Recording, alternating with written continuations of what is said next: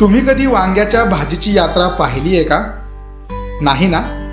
चला तर आज आम्ही तुम्हाला अशाच एका अनोख्या वांग्याच्या भाजीच्या यात्रेबद्दल सांगणार आहोत। परभणीच्या पूर्णा तालुक्यातील आहेरवाडीमध्ये वांग्याच्या भाजीची यात्रा महाराष्ट्रभर परिचित आहे। आहेरवाडीत सजगीर महाराज आणि रामगिरी महाराजांचं समाधीस्थळ आहे। येथे अनेक वर्षांपासून यात्रा भरते। या यात्रेच्या दिवशी वांग्याची भाजी आणि भाकरीचा प्रसाद भाविकांना देण्याची परंपरा आहे।